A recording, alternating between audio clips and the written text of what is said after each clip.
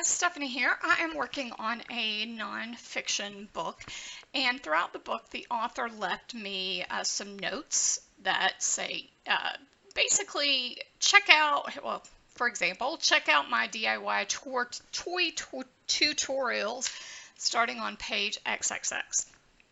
All right, so what she wants me to do is figure out what the page number is. Yeah, we can do that manually, but let's say we have a bunch of updates that change all the page numbers. Well, I have to go in and manually change those references again. So the best option to do is to use a cross-reference.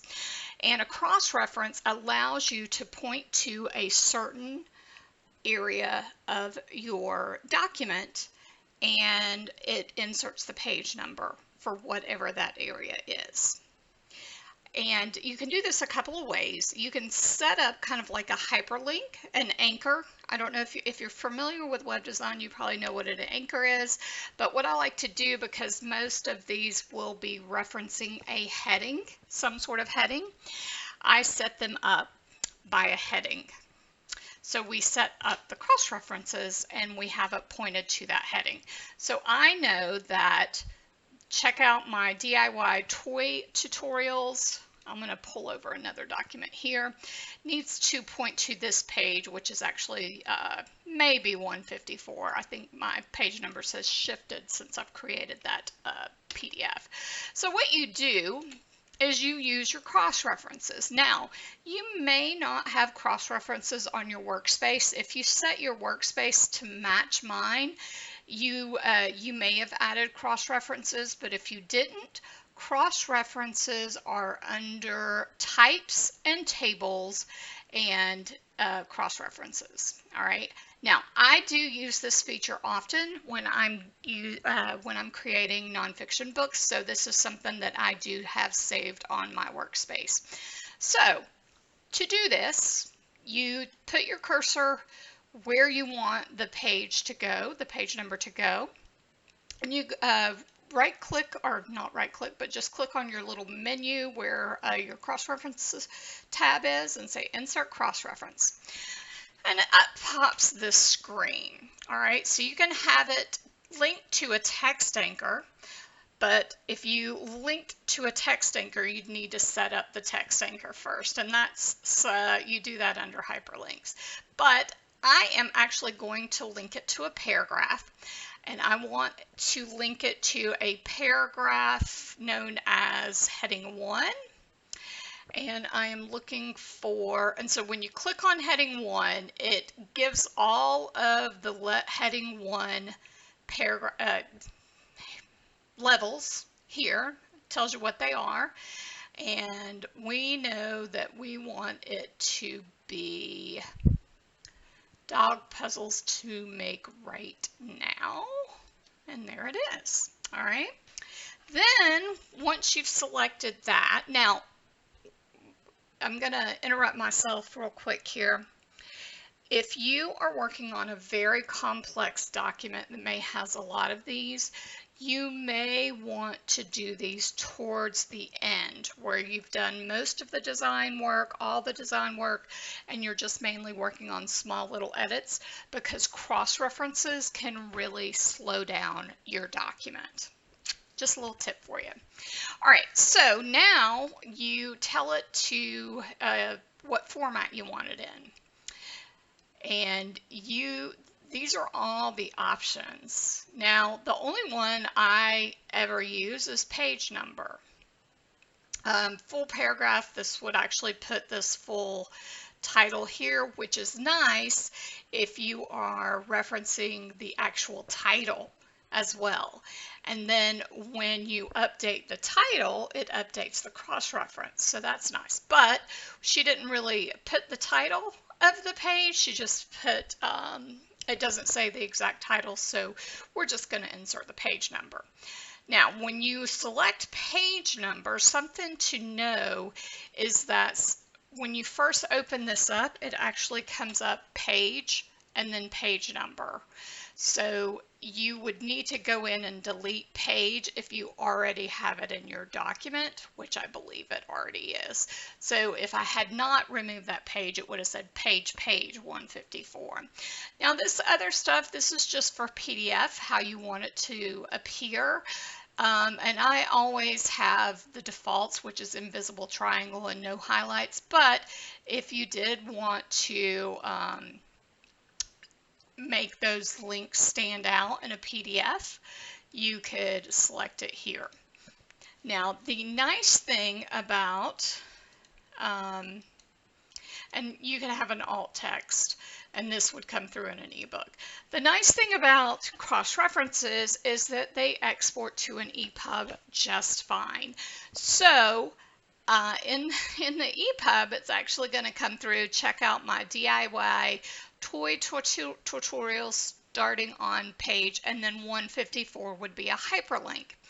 And then in those situations, what I do is for the EPUB, I will go in and change the wording. So it will say, check out my DIY toy tutorials starting here.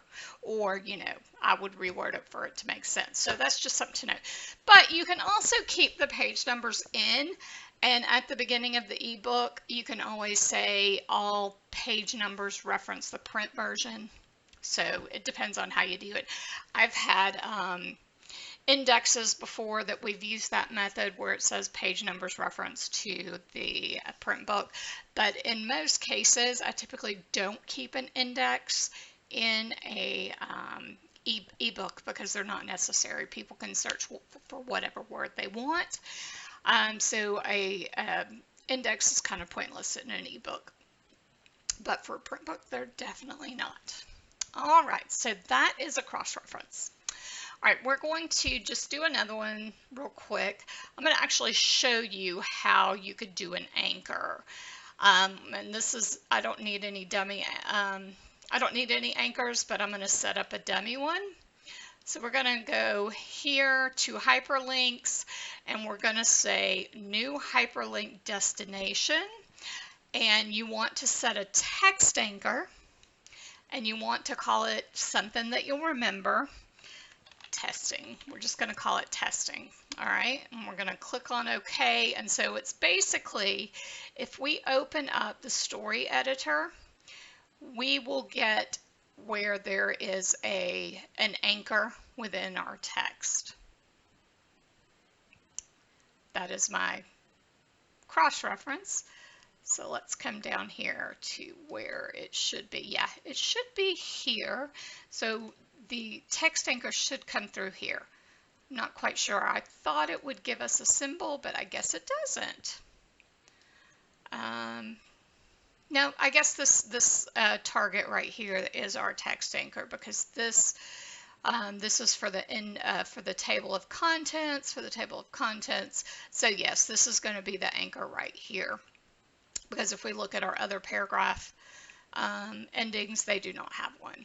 All right, so let's exit out of that. Now that we have this anchor here, let's say look on page. Actually, we're going to remove page because I'm going to show you that one other thing. And then we're going to go back to our cross-reference, and we're going to say insert cross-reference. And we want to change the link to text anchor, and it will bring up all of the text anchors that we have named in our document, so you can see why it's really important to name them something meaningful. So since I put texting, I meant to put testing. So we're going to choose that one. And then we are going to edit this, and we're going to add in that page just because I deleted it. Okay. All right. So now look on page 17. I put that text anchor here, and we should have a page number, but my layers are incorrect. All right, so page 17, that's what it is, page 17. All right, now what I want you to pay attention to is to that other one that we did. It now says page. Well, it's because we went in and modified that cross-reference for it to look at. So we're going to go back in and we are going to change that. So we're going to take this page off, and that way it will update. And this one will say only on 17. So if all of them are going to say have page in, you could delete it out from the manuscript and it'll automatically come in. The thing is now page, if we did it that way, now page would also be hyperlinked for the ebook and for the PDF. All right, so we're going to delete my dummy text out. So I hope that makes sense. Cross-references are a great tool to use in these situations, much better than, you know, just putting in dummy page numbers, and having to update them again and again if your client changes things around. So I hope that helps. I'll do another one real quick so you can see it. Repeating is the only way he's going to learn. Use the tips I shared on page. All right, so this is something about naming the dog. So sometimes I have to look throughout the content to see where it's at. So here we go. It's called the name game. Let me make sure the perfect puppy name. Keep these tips in mind, so it may be the perfect puppy name. Let's go back to that reference. Oh, you can see InDesign is already hanging up. Like I said, sometimes the cross-references can really make your document perform badly. And it just did.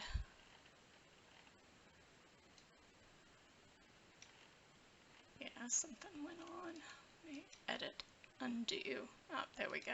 Okay, so I must have hit something. All right, so the perfect puppy name. Keep these tips in mind. So here we go. Use the tips I shared on page. We're going to delete out the XXX, and we are going to go to cross-references, insert cross-reference, and I know we need to switch it back to paragraph, and I know that it is a teal, heading 1, teal wide, the perfect puppy name, and this is page number, and we're going to click on OK. All right, so use the tips I shared on page 5. Now, let's say I'm going to mess up my whole doc. Well, let's do something really dummy real quick. We're going to move this to page 4. Now it's behind my photo, but now I got to find where it is.